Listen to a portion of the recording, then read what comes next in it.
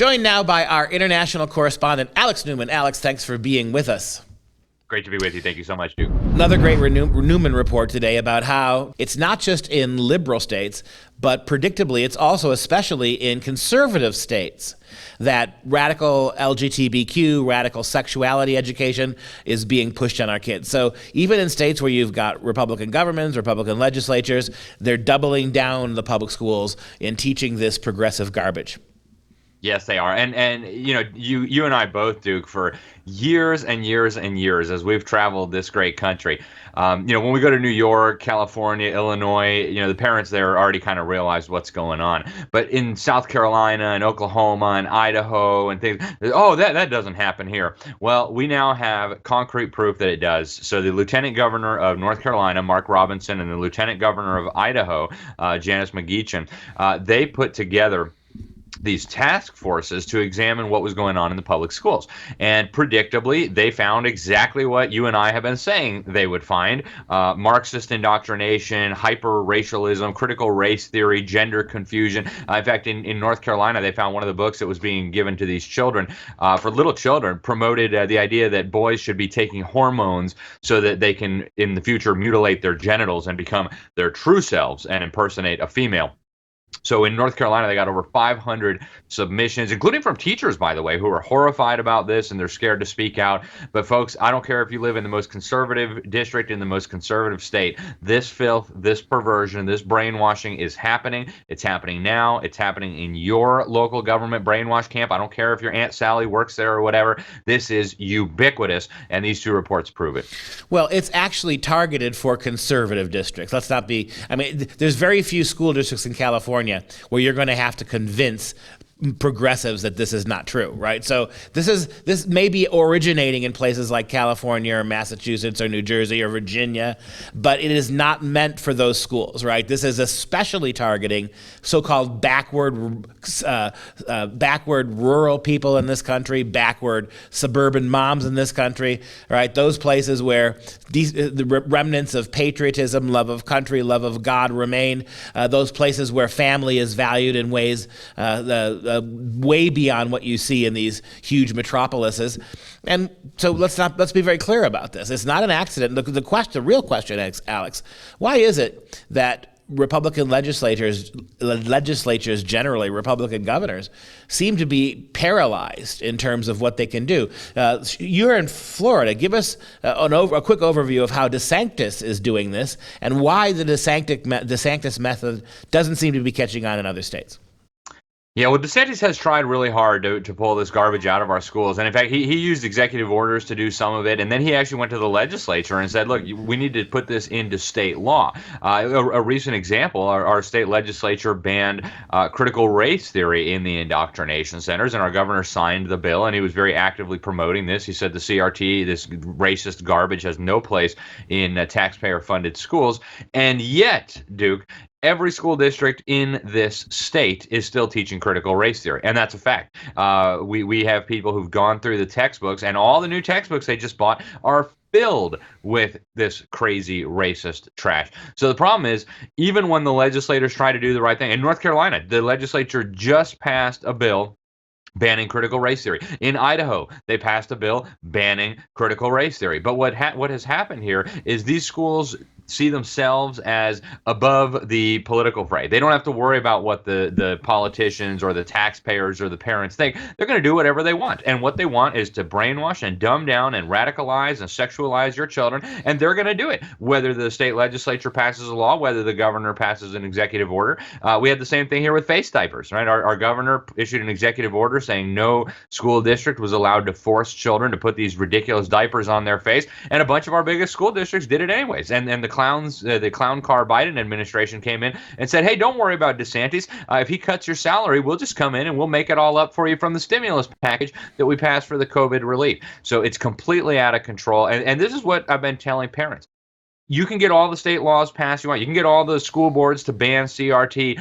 they're gonna keep doing it to your kids. It's that simple. Until you pull them out, this trash is gonna keep happening. Well, we warned you. We warned you for a long time on the show. You and I have been across the country. This now is what the federal takeover of education looks like. You can no longer pretend, as so many activists did, so many progressives did for the last 10 years, that this is not the feds taking over. The feds are not getting in. Now the feds own it, right? What happened in Florida is a classic example. Ignore what your state governor says.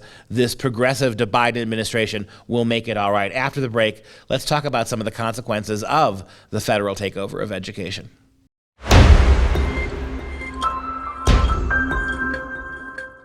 Back now with Alex Newman for the second part of our chat on what's going on in the public schools. Conservative states seeing an influx of all this radical political education into the schools.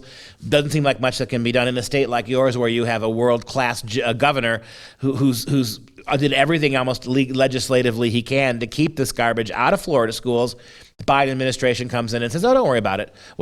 However DeSantis punishes you or censors you or fines you, we'll make it up." So here we are in the era now where the federal government really does control American public education, so much so that you said at the end of the last segment, the schools don't care. They don't care what you think. They don't care how many moms show up and scream and yell. They don't care what kind of negative publicity they get. They have their back is being completely covered by the Department of Education, by the Biden administration. There's always a federal judge. You can find some Obama appointee who's willing to let this stuff go. So again, moms and dads have no say in what's going on. And before the show, you and I were talking. Terry McAuliffe, failed Obama apparatchik, is now running on the Democrat ticket for governor of Virginia. He said just yesterday, Alex, in a debate, that American mothers and fathers should have no say about what goes on in the public schools, period. And I'm not going to let parents come into schools and actually take books out and make their own decision. You vetoed it. So, yeah, I stopped the bill that I don't think parents should be telling schools what they should teach.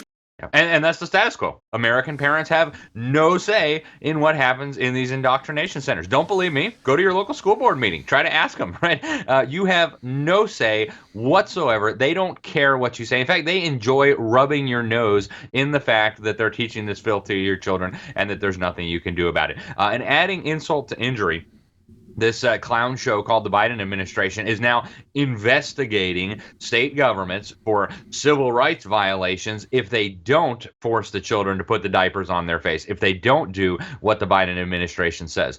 So, we should stop with the pretense that we have local school districts that are going to be controlled at the local level, that the community has some input. It's absolute baloney. It's a farce. And actually, if you look carefully at the Biden administration, it was funny, Nancy Pelosi just yesterday said, we have to implement the Obama agenda.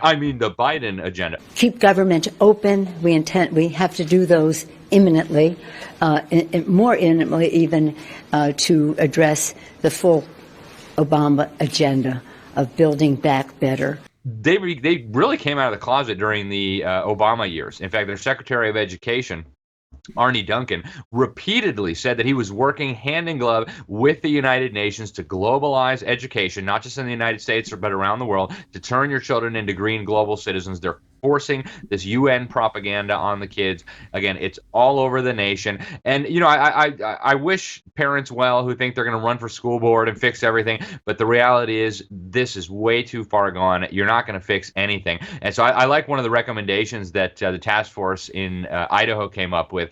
They're talking about now we need education savings accounts for parents. You should not have to fund your own children's education in a good Christian school or homeschool, and then also fund on top of that the brainwashing and the radicalization of other people's children. It's time for that to stop.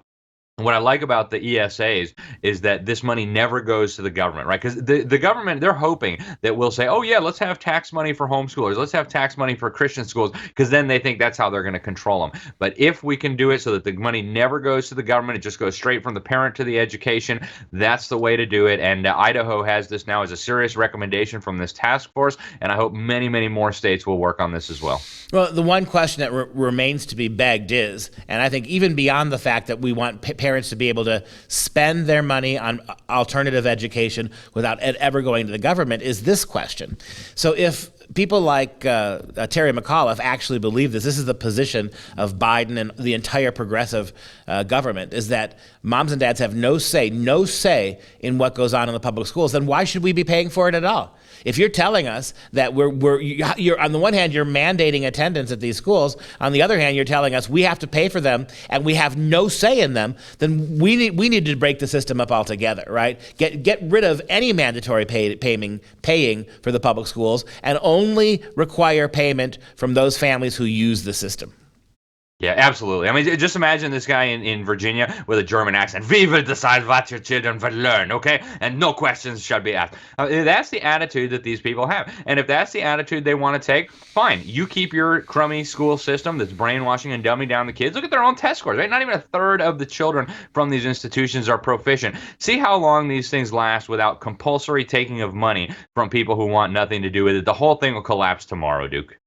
It would, it could, no evidence is going to. It's going to take even before we can get to that far, we're going to have to completely elect different kinds of politicians. So moms and dads, there's only one safe option right now, and that's out of the public schools. Alex Newman, thank you again. Another very necessary Newman Report.